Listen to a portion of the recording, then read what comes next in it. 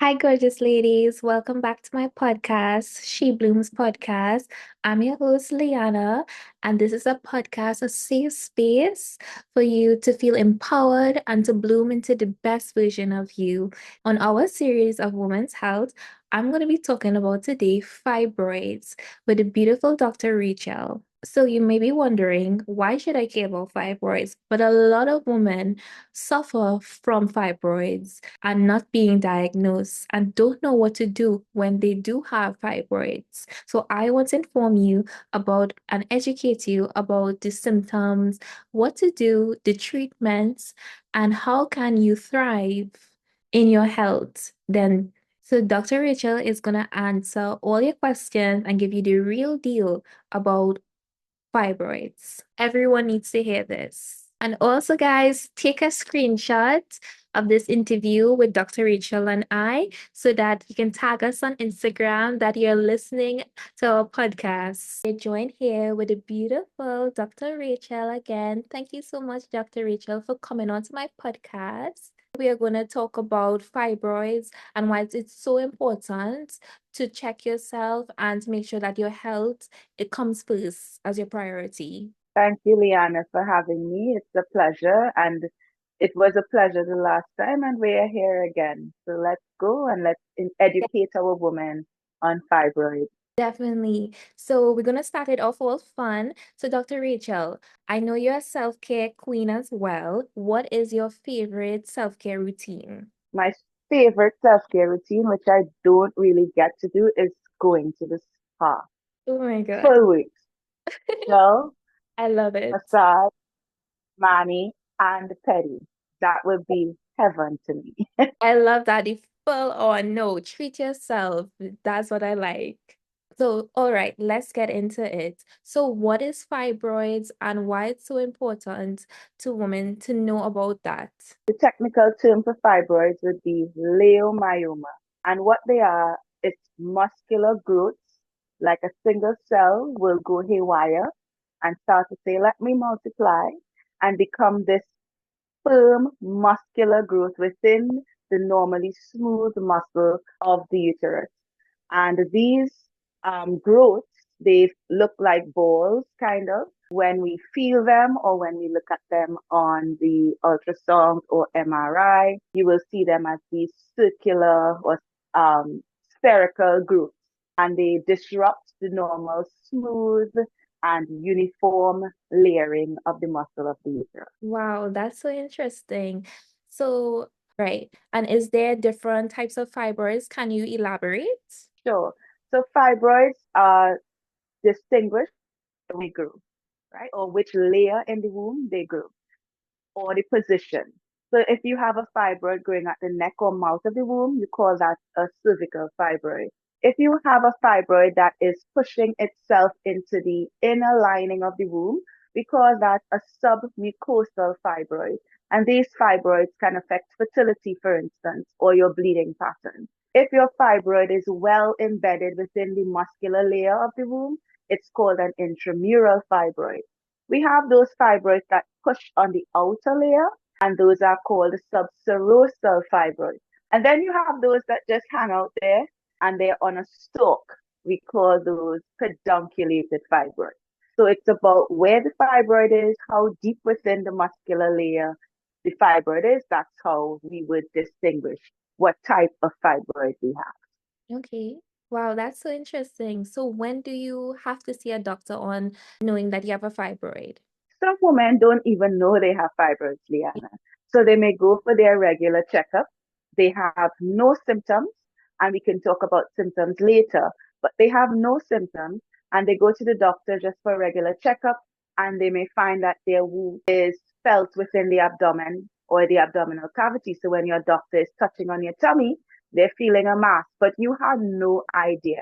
Or they do an ultrasound just for a complete examination and the fibroids are seen. So these women are what we call asymptomatic or they have no symptoms.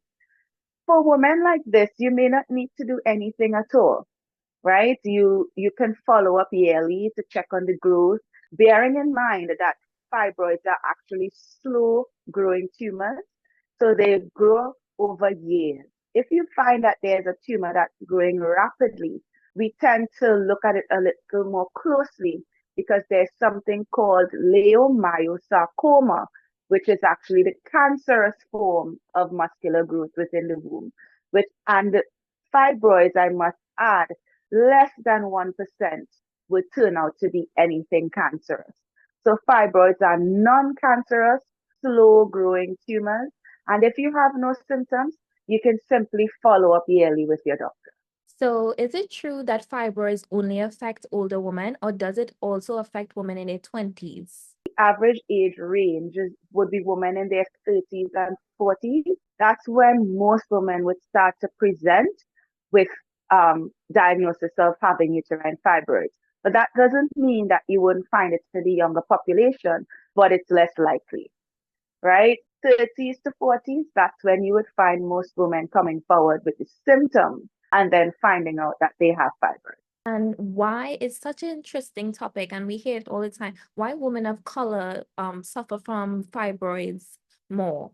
That's just based on our genetics Okay. and our statistics, Mm. right? So we find women of African descent more likely to have these tumors, these non-cancerous tumors, and we carry them like babies. So we have multiple fibroids, and some women may even have fibroids that look like a true and term pregnancy when it's at its biggest or largest. So women of African descent statistically have been found to be more predisposed to having uterine fibroids, but not that alone. Women who indulge a lot in the red meat, Yes. yeah, they have been found to have fibroids more than women who not. So like the fish and the white meat eaters. If you like your beef and your pork and these things, you may have increased risk of developing uterine fibroids. Right. So it's a combination of your lifestyle, diet, and genetics. Genetic. So is there any way to prevent fibroids, knowing that your diet, your lifestyle, everything plays a part in it? Because we only know really that our genetics plays a part and our diet plays a part, these are the two things that you can probably attempt to use or manipulate to reduce your risk. However, if it's going to happen, it's probably going to happen. We Okay. find it running in families. So if your mom had fibroids, look out. Eventually, you may have fibroids. But again, if you modulate how you eat, you may be able to reduce the rate of growth of these fibroids and they may not become an issue for you in terms of symptoms. Okay. And for the ladies that are worrying about infertility and getting pregnant, does fibroids affect that as well? Yes, so fibroids, depending on where they are, can affect your ability to get pregnant. And during the pregnancy, there are different ways the fibroids can affect the pregnancy itself. So, in terms of getting pregnant, if your fibroids are blocking your fallopian tubes, these are where your egg and your sperm are supposed to meet. So, if you block off that pathway, you're not going to be able to have fertilization and therefore you wouldn't be able to conceive. Alternatively, if you have fibroids, as I discussed before, which are the submucosal fibroids, the ones that are pushing inside of the womb, they may affect the ability for gestation to implant. So again, you have issues with fertility. But if you do get pregnant, which we have gotten women with pregnancies with multiple fibroids, and we wonder, how did that baby get there? This baby came to live, you know? If you are pregnant already with fibroids, there are certain things that we need to know. We need to know where the fibroids are. We need to know the size of the fibroids. The fibroids can affect the way the baby grows, the way the baby positions, and also it can affect your ability to have a successful vaginal delivery if the fibroids are low down in the womb and blocking off the pathway for the baby's head. You can also have issues with bleeding. So if you need, for instance, a cesarean section, that's where we remove the baby via surgery. If the fibroid is in the way of our surgical incision, that can put you at a heavy risk of bleeding. And even if you have a vaginal birth, with uterine fibroids, there is a risk of significant bleeding when you have your baby. So after the placenta, which is your afterbirth, after that expels, so after your baby, the afterbirth is supposed to be delivered. So once the afterbirth is delivered, your uterus or your womb is supposed to clamp down on itself, and that contraction process helps to stop bleeding. But if you have multiple fibroids affecting the integrity or the ability of the womb to do this, you're going to have an increased risk of bleeding. So it's used with fertility, so getting pregnant. It's used during the pregnancy, like the growth of the baby, the positioning of the baby, your ability to have a vaginal birth. It's used with bleeding after the baby is born or during delivery if you're having a surgical procedure. Right. And for the ladies that want to know how to remove fibroids, because hysterectomy could be very scary procedure. So what are some would you recommend ladies to do? So it's all up to you what you choose to do in terms of managing your diagnosis of having uterine fibroids. If the fibroids are not affecting you in any way, it's pretty okay to say, well, doc, I'll see you next year. We are going to choose a conservative approach. Yeah, and we're not going to do anything about it right now. I'm fine. My life is fine. My periods are fine. It's not affecting my ability to get pregnant. In fact, I'm not trying. So, doc, I'm good. I'll see you next year. We'll measure them again and see how they're doing. Right? Or if I develop symptoms, I'll come back to you and we'll make another plan. So that's called conservative management. And that is a choice that we will support you in, especially if you are not at risk. If you are having symptoms such as heavy bleeding or pain, because it's not only bleeding that fibroids can cause, they can cause pain, they can cause pressure symptoms. So you're feeling to pass urine frequently, or you're having issues with passing stool because of the compression, you may have constipation. But if you are having issues with pain and bleeding, we can give you medications to help with that. So we can give you painkillers and we can give you hormonal and non-hormonal medications to deal with your symptoms. On the other hand, if you're saying, doc, I don't want these things inside of me, God didn't make me that way, and I want them out. My question to you would be, what are your fertility wishes? Are you still wanting to have babies or not? So Mhm. if you still want to have the chance of conceiving, then obviously a hysterectomy is not the option for you. Yeah. So as you said, we are looking at fibroid removals, and that is called a myomectomy, Okay. right? And in this surgery, what we are going to do either laparoscopy, by laparoscopy, which is using cameras, or by open surgery, is individually remove these fibroids from your uterus, one cut at a time, Yes. right? So you can well imagine that you may have multiple incisions on your uterus and multiple scars or closure spots, right? Now, with that, we have to counsel you on the risk of a surgery like that. Because if you can imagine, multiple areas of incision mean multiple areas or chances of bleeding. So this is a surgery that has a high risk of bleeding. And with that bleeding, if we need to save your life, we have to have the permission before going in to remove the uterus in its entirety if we come to that. Yeah. Now, that is not our aim. Our aim is preserving your fertility, preserving your uterus. But if Yeah. we have to make a choice between preserving life and preserving the womb, Yeah. that is a decision we have to make on the table. So that's why before going in, patients who are having a myomectomy or fibroid removal surgery are counseled extensively to know that this is not a surgery. This is something that can put you at risk of life. And we do it because we need to. These are the risks, but this is the positive outcome. The positive outcome being that we preserved your life, we preserved your uterus, we preserved your ability to have a baby. We also removed the issues that may have been causing you symptoms, and now you have a better quality of life. So to detect these fibroids, Do you do a MRI scan or what is the procedure? Well, when you go to a doctor, the first thing is history, Yes. right? So we would talk with you first. We then go to examination. In your history, we would talk about your bleeding patterns. We would talk about how long your period is, how heavy your period is. We would talk about period pain or dysmenorrhea. We would talk about tummy size. Have you found that we call it abdominal girth, or the size Bloating. of your tummy is increased? Yes. Yes, bloating, Mm-hmm. right? So that would be your history.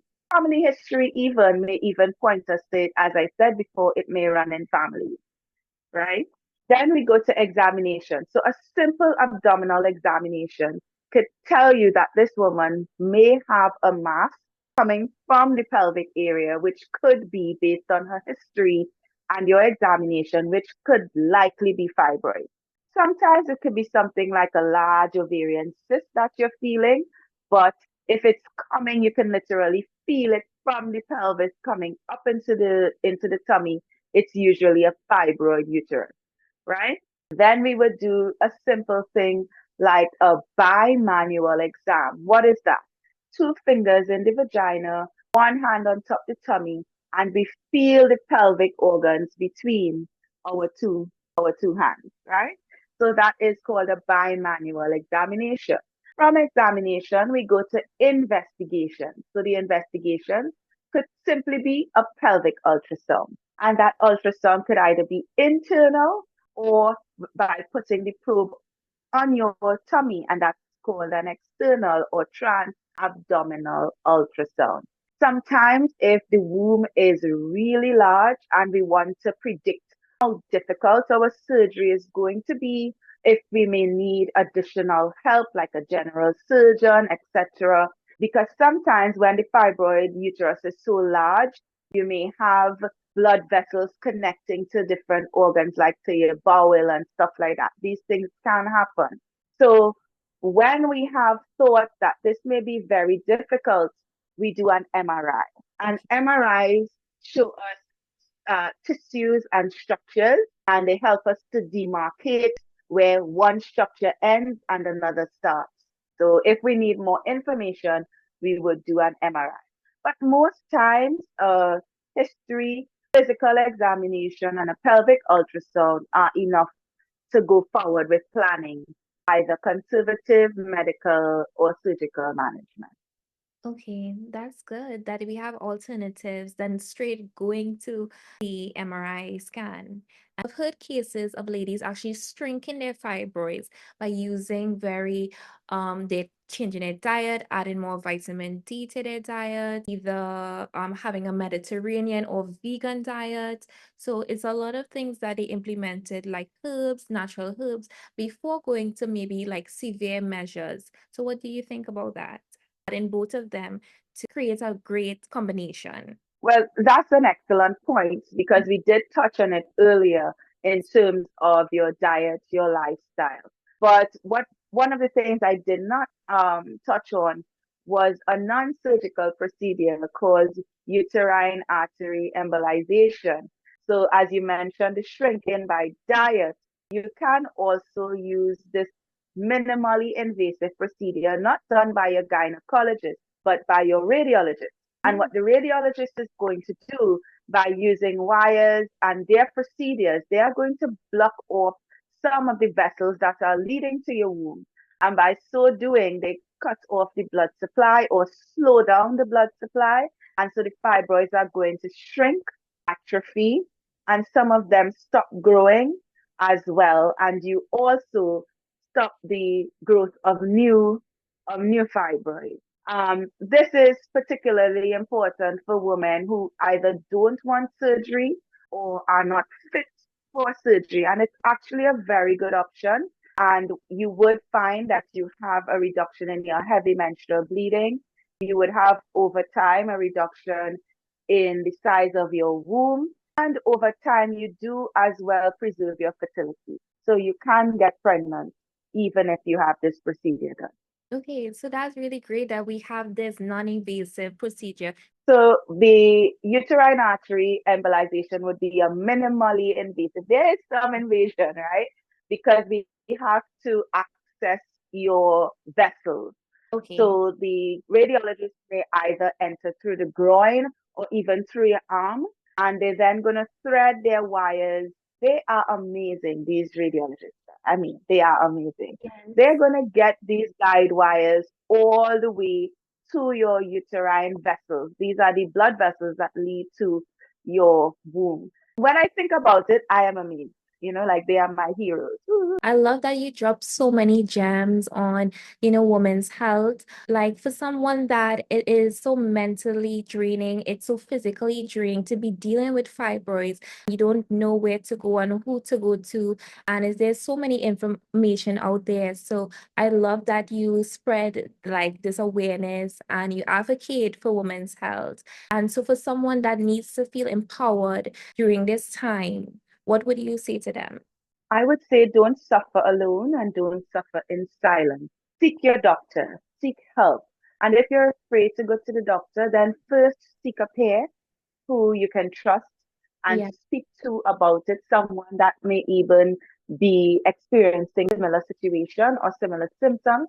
They may be able to direct you to their doctor or their clinic and you can get help there. But I would say that women first need to know what is normal. We discussed that, I think, in our first interview, Yeah. knowing what is normal with your body. And if you know what is normal, you would definitely know that using an entire pack of pads in a day is not normal, Mhm. right? And so if you are experiencing these things, flooding, filling up pads, having a lot of clotting, a lot of pain, bloating, if you are having difficulty to conceive, having frequency of passing urine, so feeling to use the bathroom a lot, having constipation.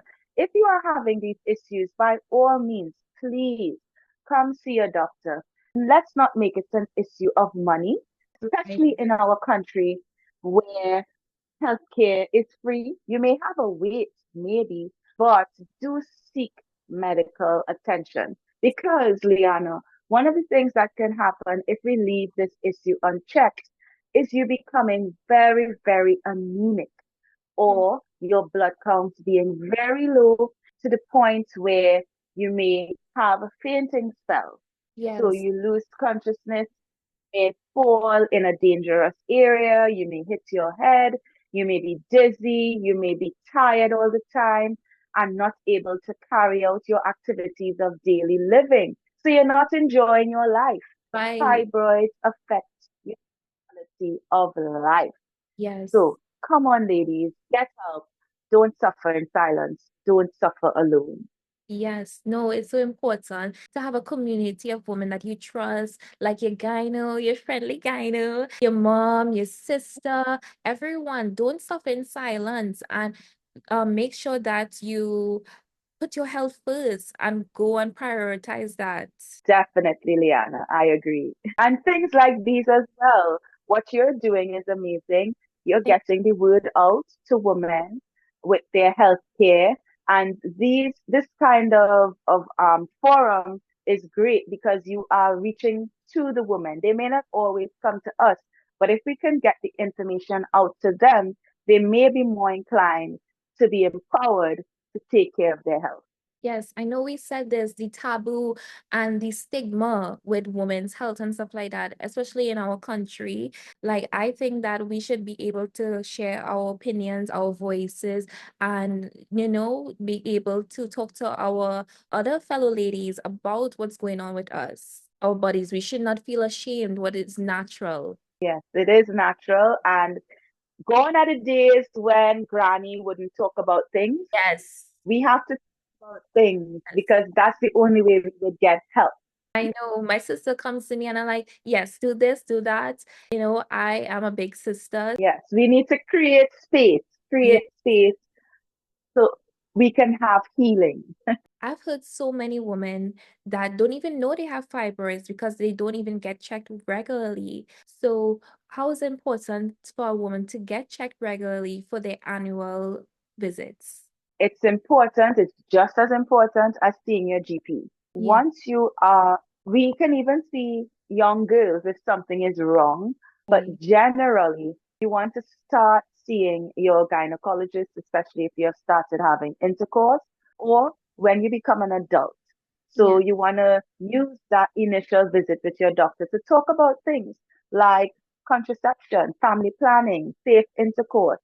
So these are issues that you would speak to your gynecologist about, Yeah. and also when things aren't going right. Now, if things are going right, sometimes you may delay in Hmm. getting checked.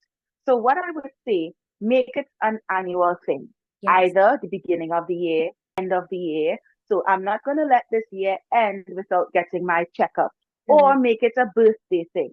That's So, great. it's my birth, yes, it's my birthday month. I'm going to see my gynecologist and make sure that everything is okay with my lady part. Yes. Right? So, I would say put importance, just like we put importance on going to PTA meetings and going to church or going to the supermarket, we should put importance on seeing our doctor and getting our checkups. And it's only once a year. If Right. nothing is amiss, you only need to see the doctor once a year. Yes. So, ladies, if you feel like something is wrong, or as Dr. Rachel said, which is a great recommendation, have it around your birthday, have it at the beginning of the year, because we all want to be on top of our goals for the beginning of the year. So, and you feel this new, fresh, like, okay, I'm going to be the best version of me. So, let me do everything right. Yes. So, or the end of the year. So, those are great points to schedule a test. And it's just once a year, as Dr. Rachel said. I know we all working women, or we either have so much things going on for us and we take care of so much people. Let's take care of ourselves. Definitely, Liana. Let's take care of ourselves. And that's a message for me too. A busy working woman, Yeah. mom, and everything that's going on. Sometimes we neglect our self care. So take care of yourself. Thank you so much, Dr. Rachel, for your wisdom.